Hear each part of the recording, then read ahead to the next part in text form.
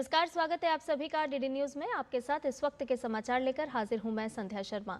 आइए बुलेटिन की शुरुआत करते हैं अब तक की हेडलाइंस के साथ। जनजातीय गौरव दिवस पर प्रधानमंत्री आज गुजरात में शुरू करेंगे करोड़ों रुपए के प्रोजेक्ट। सूरत में बन रहे बुलेट ट्रेन स्टेशन का भी निरीक्षण करेंगे पीएम।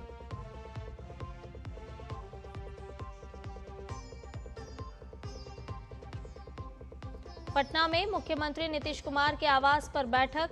सम्राट चौधरी, विजय सिन्हा समेत एनडीए नेताओं ने दी बम्पर जीत की बधाई। सरकार बनाने की रणनीति पर भी चर्चा।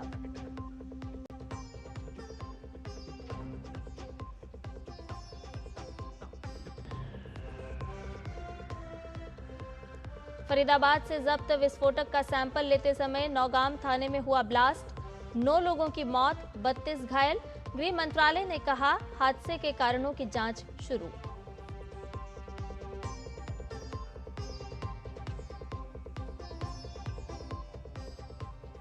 दिल्ली ब्लास्ट को साजिश मानकर केस में नई एफआईआर दर्ज। अल फलाह यूनिवर्सिटी से जुड़े 2 और डॉक्टर भी हिरासत में।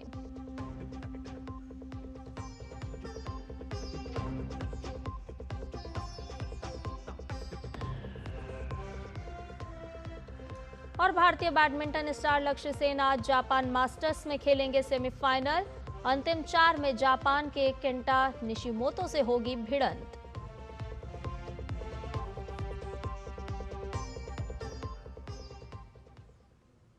सभी समाचार विस्तार के साथ। आज जनजातीय गौरव दिवस के इस विशेष अवसर पर प्रधानमंत्री नरेंद्र मोदी गुजरात के दौरे पर रहेंगे। पीएम यहां नर्मदा जिले के डेडियापाड़ा में जनजातीय गौरव दिवस समारोह में भाग लेंगे और 9,700 करोड़ रुपए से ज्यादा की कई विकास परियोजनाओं का उद्घाटन और शिलान्यास भी करेंगे। पीएम जनमन और धरती आबा जनजातीय ग्राम उत्कर्ष अभियान के तहत निर्मित 1 लाख घर के गृह प्रवेश कार्यक्रम में भी भाग लेंगे। प्रधानमंत्री जनजातीय क्षेत्रों में संपर्क बढ़ाने के लिए 748 किलोमीटर नई सड़कों और सामुदायिक केंद्रों के रूप में काम करने के लिए 14 जनजातीय बहुविपणन केंद्रों की आधारशिला भी रखेंगे। इसके अलावा प्रधानमंत्री सूरत में निर्माणाधीन बुलेट ट्रेन स्टेशन का दौरा करेंगे और Mumbai Ahmedabad high speed rail corridor की प्रगति की समीक्षा करेंगे।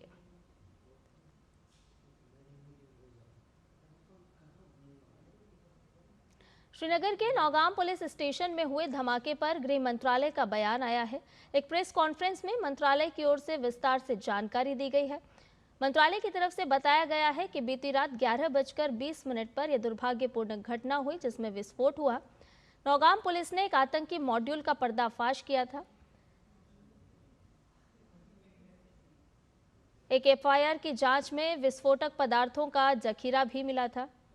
तो नौगाम पुलिस स्टेशन ने हाल ही में एक पोस्टर से लिए गए लीड के आधार पर एक आतंकी मॉड्यूल का पर्दाफाश किया था।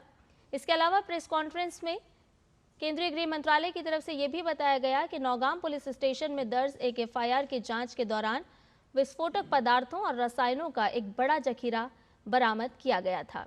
पिछले 2 दिनों से सैंपलिंग की प्रक्रिया भी चल रही थी। इसके साथ साथ ये भी बताया गया कि पुलिस स्टेशन नौगाम के खुले क्षेत्र में सुरक्षित रूप से इसे रखा गया था और जांच में शामिल सभी एजेंसियां समन्वित और वैज्ञानिक तरीके से एक साथ काम कर रही हैं। बरामद रासायनिक और विस्फोटक नमूनों को आगे फॉरेंसिक और रासायनिक परीक्षण के लिए भेजा जा रहा था। सैंपल लेने की प्रक्रिया पिछले 2 दिनों से जारी थी। विशेषज्ञों की निगरानी में विस्फोटक संभाले जा रहे थे और उसी दौरान अचानक एक्सीडेंटल विस्फोट हो गया। घटना में 9 लोगों की मृत्यु हुई है और 27 पुलिसकर्मी, 2 राजस्व अधिकारी और 3 नागरिक घायल हुए। पुलिस स्टेशन की बिल्डिंग को गंभीर क्षति पहुंची है। इसके आसपास की इमारतें भी क्षतिग्रस्त हुई हैं। घटना के कारणों की जांच की जा रही है और इस घटना के बारे में अब कोई भी अटकलें लगाने की जरूरत नहीं है। यह साफ तौर पर प्रेस कॉन्फ्रेंस के माध्यम से कहा गया। सरकार मृतकों के परिवार के साथ एकजुटता के साथ खड़ी है। तो नौगाम थाने में जो ब्लास्ट हुआ उसको लेकर के महत्वपूर्ण प्रेस कॉन्फ्रेंस आज आयोजित की गई जिसमें बताया गया सिलसिलेवार तरीके से कि किस तरह से घटना हुई है। Yesterday, on 14th November night at 11:20 p.m., in an unfortunate accidental incident, a massive explosion took place inside the police station Nowgaon in Jammu and Kashmir. It is to mention that the Nagaon police recently cracked the case of a terror module based on leads taken from a poster. During investigation of FIR number 162 of 2025 of Nagaon police station, a huge cache of explosive substances and chemicals were recovered. The recovery was kept securely in an open area of the police station. All the agencies involved in the investigation are working together in a coordinated and scientific manner. इससे पहले जम्मू कश्मीर के DGP Narendra प्रभात ने भी आज Nowgam blast मामले में media को जानकारी दी और इसे दुर्घटना बताया और किसी भी तरह की अटकलों को निराधार बताया। In this unfortunate incident, 9 people have lost their lives, 1 personnel of SIA, 3 personnel of the FSL team, 2 crime photographers, 2 revenue officials who were basically part of the magistrates team, 1 tailor who was associated with the team. In addition, 27 police personnel, 2 revenue officials, and 3 civilians from the adjacent areas have received injuries. The injured were immediately evacuated to the nearest hospital where they are being treated as we speak. The building of the police station has been very severely damaged and even the adjacent buildings have suffered. They have also been affected. रुक करते अगली खबर का। बिहार विधानसभा चुनाव में NDA को प्रचंड बहुमत मिलने के बाद पटना में राजनीतिक हलचल तेज हो गई है। मुख्यमंत्री आवास में आज सुबह से नेताओं का आना जाना लगातार जारी है। सबसे पहले मंत्री विजय कुमार सीएम हाउस पहुंचे। उन्होंने मुख्यमंत्री नीतीश कुमार से मुलाकात कर आगे की रणनीति पर चर्चा की। इसके बाद संजय झा, ललन सिंह और नितिन नवीन समेत कई नेता मुख्यमंत्री आवास पहुंचे और उन्हें बधाई दी। हालांकि करीब 1 घंटे की मुलाकात के बाद चिराग पासवान सीएम हाउस से निकल गए। कहा जा रहा है कि एनडीए के नेता सामूहिक प्रेस कॉन्फ्रेंस करके सरकार बनाने की जानकारी देंगे। जेडीयू का कहना है कि एनडीए ने जो घोषणा पत्र पेश किया था और जनता से जो वादे किए थे उन्हें आगामी 5 वर्षों में पूरी तरह लागू किया जाएगा। एनडीए और जनता दल यूनाइटेड हमारी पार्टी विनम्रता से इस मैंडेट को स्वीकार करती है। इतना हम जरूर कहते हैं, जो हमारे नेता नीतीश कुमार जी ने और पूरा एनडीए ने जो मैनिफेस्टो निकाला और जो प्रॉमिस किया है, 5 साल में एक प्रॉमिस को हम लोग पूरा करेंगे। मेरे ख्याल से बिहार का ये मोमेंट है जो बिहार का गौरव का पुनर्स्थापना, रिस्टोरेशन, बिहार का जो प्राइड है उसका ये मोमेंट। 20 साल नीतीश कुमार जी बेस बना दिए, एक बड़ा जंप और ये 5 साल में वो जंप लगेगा। बिहार भी टॉप 10 स्टेट में जाके खड़ा। केंद्रीय मंत्री और लोक जनशक्ति पार्टी के प्रमुख चिराग पासवान भी मुख्यमंत्री से मिलने उनके आवास पर पहुंचे। खुद पासवान की पार्टी ने भी इस बार बिहार में जबरदस्त प्रदर्शन किया है। चिराग पासवान ने कहा कि जो लोग एलजेपी, रामविलास और जेडीयू के बीच भ्रम फैला रहे थे, सिर्फ झूठी अफवाह और गलत नैरेटिव बनाने की कोशिश थी। अभी मुख्यमंत्री जी से मुलाकात करके सिर्फ मुख्यमंत्री जी को बधाई देने, शुभकामनाएं देने आए। जिस तरीके से मुख्यमंत्री नीतीश कुमार जी के नेतृत्व में एनडीए गठबंधन ने ऐतिहासिक जीत हासिल करने का काम किया है। जो लोग भ्रम फैला रहे थे लोजपा और जदयू के बीच, कहीं न कहीं वो सिर्फ झूठी अफवाह, एक फॉल्स नैरेटिव सेट करने का प्रयास था। ये ऐतिहासिक जीत संभव ही नहीं थी बिना हर सहयोगी दल के एक दूसरे के ईमानदार समर्थन के। ये ईमानदार समर्थन ही इतनी बड़ी जीत का कारण रहा। प्रधानमंत्री नरेंद्र मोदी ने बिहार चुनाव के नतीजों को लेकर जो भविष्यवाणी की थी वो आज सच साबित हुई है। बिहार की जनता ने साफ कर दिया है, विकास, स्थिरता और सुशासन ही उनकी पहली पसंद है।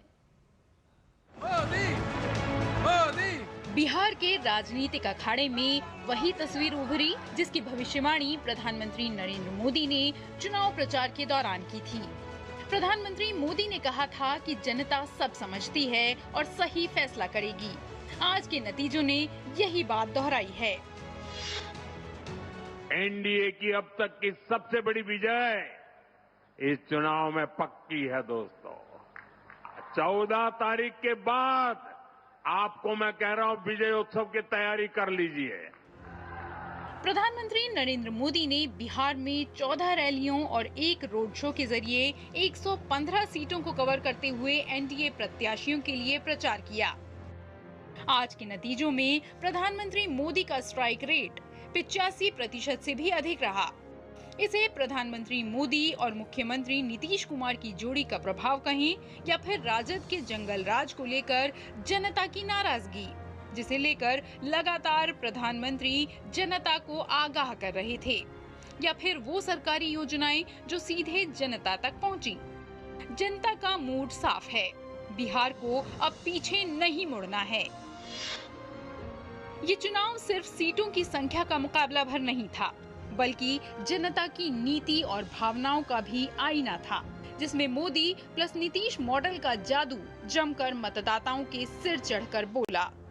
गांव हो या कस्बा, शहर की गलियां हो या चौपाल, चर्चा सिर्फ स्थानीय मुद्दों की ही नहीं रही, बल्कि उस नेतृत्व की भी रही जिसे लोग भरोसे और उम्मीद का प्रतीक मान रहे हैं। प्रधानमंत्री मोदी की चुनावी रैलियों और रोड शो में उनके समर्थकों ने धूप, धूल, सर्द सुबह की परवाह तक नहीं की, बल्कि सिर्फ उनकी एक झलक पाने और उन्हें सुनने के लिए भारी भीड़ रही। हर रैली में प्रधानमंत्री के सीधे आत्मीय संवाद ने ऐसा माहौल बनाया जिसमें राजनीति से ज्यादा विश्वास की भावना की झलक देखी गई। उनकी प्रभावशाली भाषण शैली और योजनाओं को सरल भाषा में समझाने के तरीके ने जनता को खासा प्रभावित किया, और यही कारण रहा कि जहां-जहां उनकी जनसभाएं हुई, वहां चुनावी हवा एनडीए के पक्ष में तेजी से बहती दिखाई दी। नतीजों से पहले ही पीएम मोदी ने प्रचार के दौरान ही ये साफ कर दिया था कि इस बार के नतीजों में राजद और कांग्रेस की बुरी तरह हार होगी। इस चुनाव में आरजेडी कांग्रेस की अब तक की सबसे बड़ी हार होने जा रही है। चुनाव में एनडीए की सबसे बड़ी जीत होने वाली है। बिहार चुनाव बताता है कि नरेंद्र मोदी का प्रभाव सिर्फ भाषणों या योजनाओं तक सीमित नहीं है, बल्कि लोगों के मन में एक विश्वास, उम्मीद और दिशा के प्रतीक के रूप में भी स्थापित है। लोगों की भावना को आहत करने वाले छठ को लेकर विपक्ष के नेता के विवादित बयान पर भी पीएम ने जमकर लताड़ा। कांग्रेस के नामदार ने हमारे छठ महापर्व को नौटंकी ड्रामा बताया। ड्रामा। हमारी आस्था को अपमानित करने वालों को बिहार कभी माफ नहीं करेगा। राजनीतिक हितों से ऊपर प्रधानमंत्री मोदी हमेशा से जन कल्याण, मानवीय संवेदनाओं और भावनाओं को सर्वोपरि मानते आए हैं। ऐसे में इस विधानसभा चुनाव में एक तरफा जनाधार देकर बिहार के लोगों ने भी ये साफ कर दिया है कि लोगों में उनकी लोकप्रियता और पहुंच बेहद प्रभावशाली है, जिसने एनडीए के पक्ष में जादुई माहौल बनाने का काम किया। Bureau report. बिहार चुनाव में महागठबंधन की करारी हार के बाद कांग्रेस नेता राहुल गांधी अब से थोड़ी देर पहले पार्टी अध्यक्ष मल्लिकार्जुन खड़गे के घर पहुंचे। माना जा रहा है कि नेताओं के बीच पार्टी के परफॉर्मेंस और गठबंधन की हार पर बात हो रही है।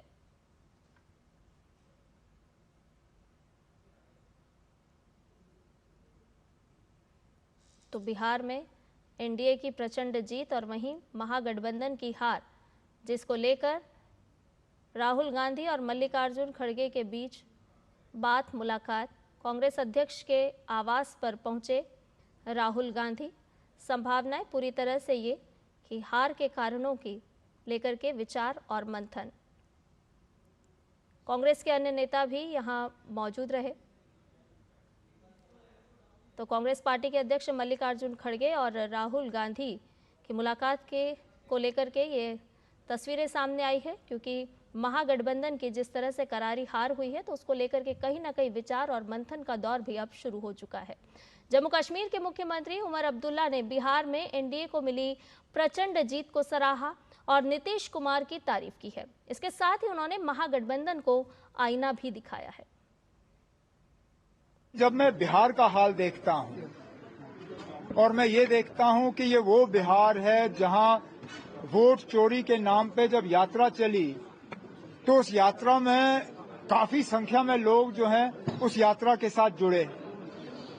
उस यात्रा के बाद कांग्रेस को लगा कि उन्हें ढेर सारी सीटें जो हैं उनमें कामयाबी मिलेगी। उसी यात्रा के बुनियाद पे शायद सीट शेयरिंग और ज्यादा मुश्किल हुआ। लेकिन जब हम नतीजे देखते हैं तो बजाय ये कि एंटी इनकम्बेंसी का नीतीश कुमार जो है वो शिकार हो, उन्होंने एंटी इनकम्बेंसी को इनकम्बेंसी में तब्दील करके हुकूमत का फायदा लेके अब कहते हैं कि 10वीं बार जीता है, 10वीं बार मुख्यमंत्री बनेंगे।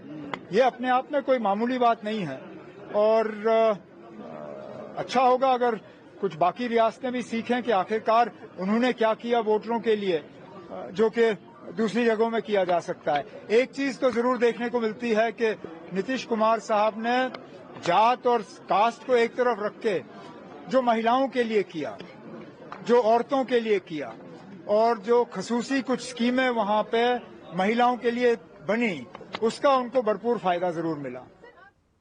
तो नीतीश मॉडल की प्रशंसा भी की जा रही है। जिस तरह से उन्होंने महिलाओं के लिए, युवाओं के लिए और विकास के लिए काम किया है, उसकी अब प्रशंसा चहुं ओर हो रही है। लेकिन आखिर महागठबंधन जैसा भारी भरकम नाम बिहार चुनाव में कमजोर कैसे पड़ गया? क्या रही उसकी कमजोरियां, वो आपको एक बार जानना बहुत जरूरी है। वोट चोरी का मुद्दा बैकफायर। जी हां, महागठबंधन की अगर कमजोरियों पर नजर डालें तो कहीं ना कहीं जो वोट चोरी का मुद्दा बनाया गया था वो ही उल्टा पड़ गया। राहुल गांधी अति आत्मविश्वास के शिकार हुए हैं। इस पूरे चुनाव के दौरान ये भी देखने में आया। फ्रेंडली फाइट से नुकसान भी महागठबंधन को झेलना पड़ा है। तो महागठबंधन की कमजोरियां कहां रही? हालांकि संगठन, महागठबंधन के जितने भी दल हैं वो इस पर विचार मंथन करेंगे, लेकिन प्रमुख तौर पर जिस तरह की कमियां और कमजोरी सामने आ रही है उसमें प्रधानमंत्री के लिए अपशब्दों का इस्तेमाल किया गया, वो भी कहीं ना कहीं महागठबंधन के लिए ही उल्टा वार हो गया। जमीनी हकीकत से नेताओं ने जो दूरियां बनाई उसका खामियाजा भी महागठबंधन को कहीं ना कहीं उठाना पड़ा है। और हम देख रहे हैं कि एनडीए ने जिस तरह से परचम फहराया है और महागठबंधन की जो करारी हार हुई है उसके तमाम कारण अब सामने हैं। तेजस्वी की नीतीश कुमार जैसी छवि नहीं है, ये भी एक बड़ा कारण रहा जिसकी वजह से बिहार की जनता ने नीतीश बाबू को चुना। नीतीश कुमार सुशासन बाबू के नाम से बिहार में मशहूर है, सभी जानते हैं। उनके शासन को देखा गया। तेजस्वी का नाम जंगल राज से जुड़ा और यही वजह रही कि महागठबंधन कहीं ना कहीं कमजोर पड़ता हुआ नजर आया। जंगल राज और मुस्लिम परस्त छवि का नुकसान भी महागठबंधन को उठाना पड़ा है। जातीय समीकरणों की अगर बात करें तो अधिक फोकस किया गया, जबकि बात विकास की हो रही थी और शायद जनता ने भी विकास को ही चुना है। ये साफ तौर पर परिणाम बता रहे हैं। वीआईपी जैसी छोटी पार्टी को डिप्टी सीएम पद देना, ये भी कहीं ना कहीं जो शुरुआत से हम देख रहे थे कि ये रार जो है वो आखिर तक सुलझ नहीं पाई और उसका खामियाजा पूरे महागठबंधन ने उठाया। हवाई वादे किए गए, फंडिंग और टाइमलाइन जैसे ठोस प्लान की कमी भी जमीन पर नजर आई, जिसको लेकर के जनता ने अविश्वास महागठबंधन के साथ निभाया है। तो कई ऐसे कारण हैं जिसकी वजह से महागठबंधन को करारी हार का सामना करना पड़ा है और ये भी अब जरूरी हो गया है कि महागठबंधन के जो तमाम दल हैं वो किस तरह से आत्ममंथन करते हैं। अगली खबर का रुख करते हैं। आपको बताएं कि बिहार विधानसभा चुनाव में एनडीए की जीत का जश्न पश्चिम बंगाल में भी मनाया गया। उत्साहित बीजेपी कार्यकर्ताओं के साथ दिनहाटा के जिला सचिव अजय रॉय अपने घर के सामने मिठाई बांट रहे थे और तभी पुलिस ने उन्हें घर से गिरफ्तार कर लिया। पुलिस का कहना है कि ये कार्रवाई बिना अनुमति के विजय जुलूस निकालने के कारण की गई। वहीं नेता विपक्ष शुवेंदु अधिकारी ने अपने सोशल मीडिया प्लेटफॉर्म एक्स पर लिखा कि अजय रॉय को दिनहाटा में बिहार में एनडीए का विजय जश्न मनाने के अपराध में गिरफ्तार किया गया। उन्होंने आरोप लगाया कि पुलिस अजय रॉय को घसीट कर ले गई। उन्होंने पश्चिम बंगाल में पुलिस के टीएमसी नेताओं के इशारे पर काम करने का भी आरोप लगाया है। शुवेंदु अधिकारी ने कहा कि इससे पहले पश्चिम बंगाल चुनाव के बाद हुई हिंसा के दौरान अजय रॉय का घर परिवार प्रभावित हुआ था। उस समय बंगाल के राज्यपाल जगदीप धनखड़ दिनहाटा में अजय रॉय के घर जाकर उनकी मां से भी मिले थे। बुलेटिन में खबरें और भी हैं, लेकिन फिलहाल एक छोटे से ब्रेक के लिए रुक रहे हैं, जल्द हाजिर होंगे।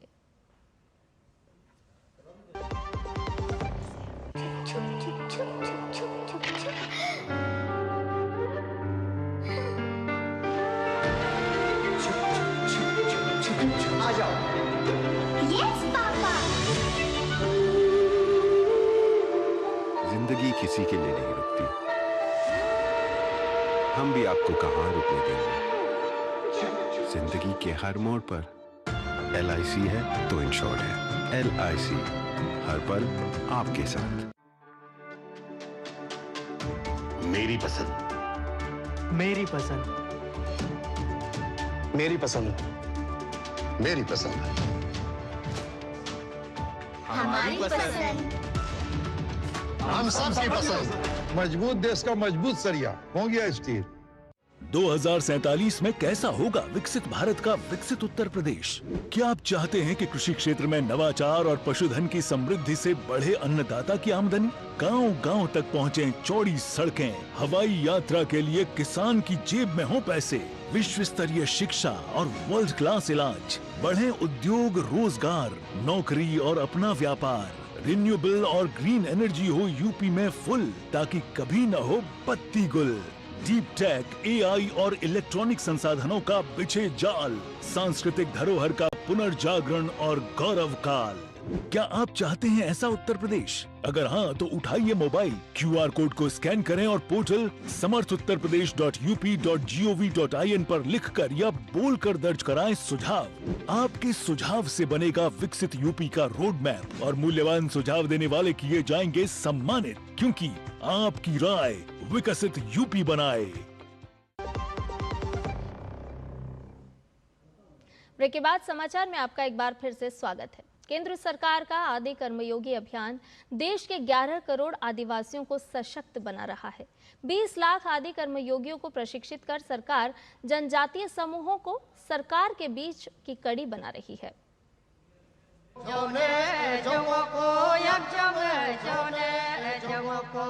भारत की मिट्टी में सदियों से अनमोल विरासत समेटे रह रही हैं जनजातियां, जो प्रकृति के साथ सौहार्द बनाकर आज भी दुनिया के लिए मिसाल पेश कर रहे हैं। ये जनजातियां अपनी कला, संस्कृति और अनूठी पहचान के लिए आज भी भारत को गौरवान्वित कर रहे हैं। इन जनजातियों को और ताकतवर बनाने के लिए ही शुरू किया गया है आदि कर्मयोगी अभियान। आदि कर्मयोगी अभियान भारत सरकार द्वारा चलाया जा रहा दुनिया का सबसे बड़ा जनजातीय नेतृत्व आंदोलन है। आदि कर्मयोगी अभियान का मकसद देश के 550 जिलों में फैले आदिवासियों को सशक्त करना है। देश के 1 लाख गांवों में 20 लाख से ज्यादा आदि कर्मयोगियों को ये अभियान संगठित कर रहा है। ये अभियान देश के 11 करोड़ जनजातीय लोगों को नए भारत से जोड़ने का महाअभियान है। इस अभियान से देश में रह रहे जनजातीय समूहों और आदि कर्मयोगियों के जीवन को नई दिशा मिल रही है। 30 राज्यों और केंद्र शासित प्रदेशों में आदि कर्मयोगियों को प्रशिक्षित किया जा रहा है। ये ट्रेंड आदि कर्मयोगी जनजातियों और सरकार के बीच की एक कड़ी बन रहे हैं और ये आदि कर्मयोगी ही सरकार की योजनाओं का लाभ जनजातियों तक पहुंचाने का काम कर रहे हैं। इस अभियान के तहत आदि कर्मयोगी गांव के शिक्षकों और डॉक्टरों के साथ मिलकर जनजातियों की मदद करने में जुटे हुए हैं। साथ ही महिला समूह और युवाओं के साथ मिलकर जमीनी स्तर पर बदलाव लाने की कोशिशें जारी है। जनजातीय समाज की सेवा करने का संकल्प लेकर ये सभी कर्मयोगी जनजातीय गांवों को नई ऊर्जा प्रदान कर रहे हैं। इस अभियान में रीजनल स्तर से लेकर गांव स्तर तक चलाया जा रहा है। जनजातीय समुदायों के विकास के लिए सरकार की योजनाओं का क्रियान्वयन आदि कर्मयोगियों की देखरेख में ही हो रहा है। आदि कर्मयोगी अभियान के तहत आदि सेवा पर्व भी आयोजित होते हैं। इस सेवा पर्वों का उद्देश्य जनजातीय समुदायों के विकास, स्वास्थ्य, शिक्षा और आजीविका में सुधार करना है। 17 सितंबर से 2 अक्टूबर 2025 तक चले आदि सेवा पर्व में जनजातीय ग्राम विजन 2030 की घोषणा की गई। इसके अलावा सरकार आदि सेवा केंद्र भी संचालित कर रही है, जिसमें सरकारी योजनाओं की जानकारी और समाधान एक ही खिड़की पर किए जा रहे हैं। आदि कर्मयोगी अभियान जनता की सेवा से जन जागरण तक फैला जन सेवा पथ है, जिसमें सेवा और समर्पण संकल्प के साथ मिलकर बदलाव का मार्ग विकसित कर रहे हैं। Bureau report, DD news. आजकल देश में साइबर ठगी के मामले तेजी से बढ़ रहे हैं। लोग अलग अलग तरीकों से फंस रहे हैं और कई परिवारों ने तो लाखों रुपयों का नुकसान भी उठाया है।